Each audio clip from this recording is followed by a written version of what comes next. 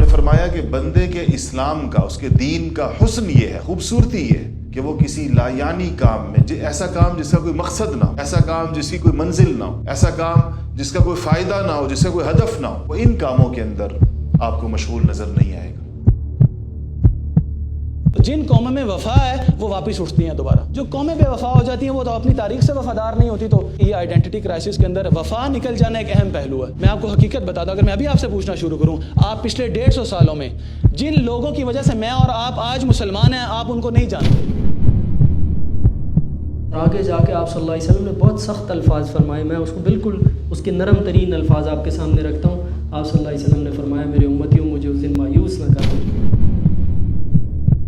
آپ امیجن کر سکتے ہیں کہ ہمیں کیا کہہ کے جا رہے ہیں، میں حوض کوثر پہ تمہارا انتظار کروں گا، مجھے مایوس نہ کرنا۔